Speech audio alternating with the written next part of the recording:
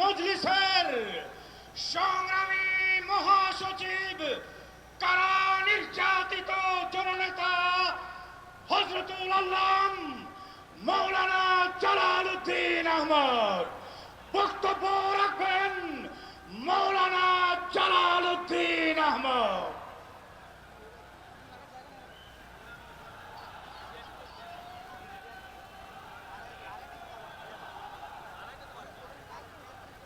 আসসালামু আলাইকুম ওয়া রাহমাতুল্লাহি ওয়া বারাকাতুহু।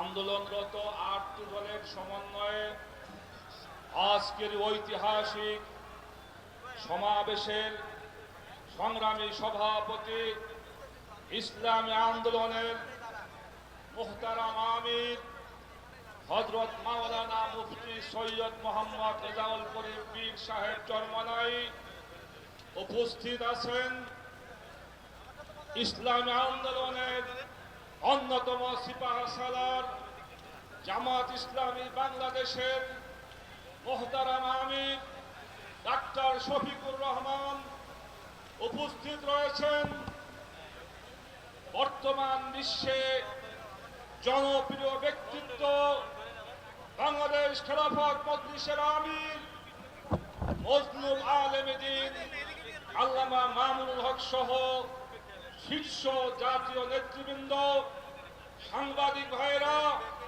উপস্থিত লক্ষ লক্ষ তাওহীদি জনতা।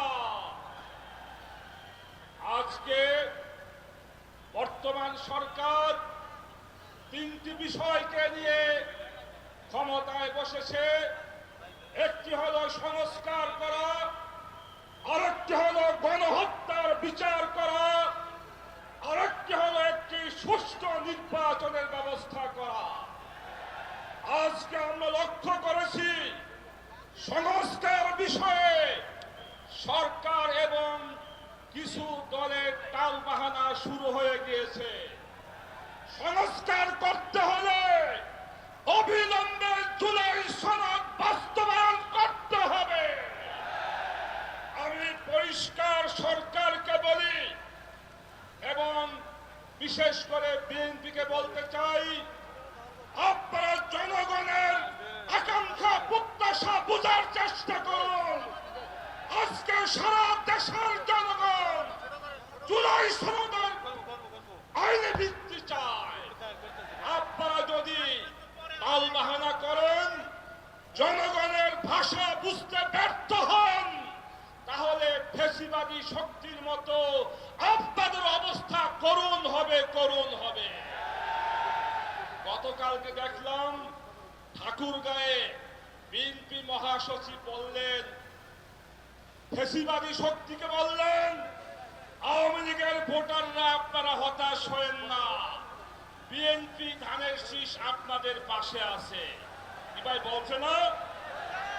বিএনপি মহাসচিবকে ধন্যবাদ জানাই।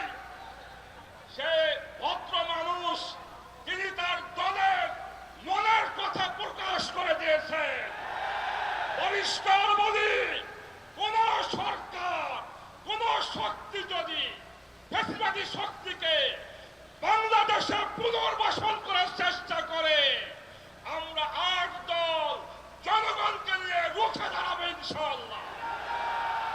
সর্বশেষ কথা, জুলাই সনদের আইনে ভিত্তি দেওয়ার জন্য অবিলম্বে রাষ্ট্রীয় আদেশ জারি করতে হবে এবং আগামী জাতীয় নির্বাচনের আগে গণভোট দিয়ে জুলাই সনদের আইনে ভিত্তি দেওয়ার পরে এই ভিত্তিতে আগামী ফেব্রুয়ারি নির্বাচন অনুষ্ঠিত হবে। যদি জুলাই সনদের আইনে ভিত্তি দেওয়া না হয়, গণভোট নিয়ে টালবাহানা করা হয়, আজকে তো আমরা শান্তিপূর্ণ সমাবেশ করতেছি, আমরা শান্তি চাই। যদি কোন দল, কোন সরকার, কোন গোষ্ঠী জুলাই সনদ নিয়ে টালবাহানা করে, আমি বলবো তারা এই ১৬০০ লোক জুলাই আগস্টে জীবন দিয়েছে। ২০১৩ সাল থেকে আমরা জীবন দিয়েছি, কারাবরণ করেছি। যারা জুলাই সনদ এবং গণভোট নিয়ে টালবাহানা করবে, তারা এই শহীদদের সাথে গাদ্দারের সামিল হবে, গাদ্দারের সামিল হবে। তাই অবিলম্বে জাতীয় নির্বাচনের আগে গণভোটের ব্যবস্থা করুন। দেশ শান্তিতে থাকবে, আমরাও শান্তি চাই, জনগণ শান্তি চায়। যদি তা না করেন, আমরা আঙ্গুল পাকা করতে জানি। এদেশের ইসলাম দলগুলো আন্দোলন কত প্রকার ও কি কি ভালো করে বুঝে। তাই আমি সরকারকে বলি, অবিলম্বে রাষ্ট্রীয় আদেশ এবং জাতীয় নির্বাচনের আগে গণভোটের ব্যবস্থা করুন। একথা বলে আমার বক্তব্য শেষ করছি। খোদা হাফেজ। বাংলাদেশ জিন্দাবাদ। সংগ্রামী জনতা, 5 দফা দাবি আদায়ে আন্দোলনরত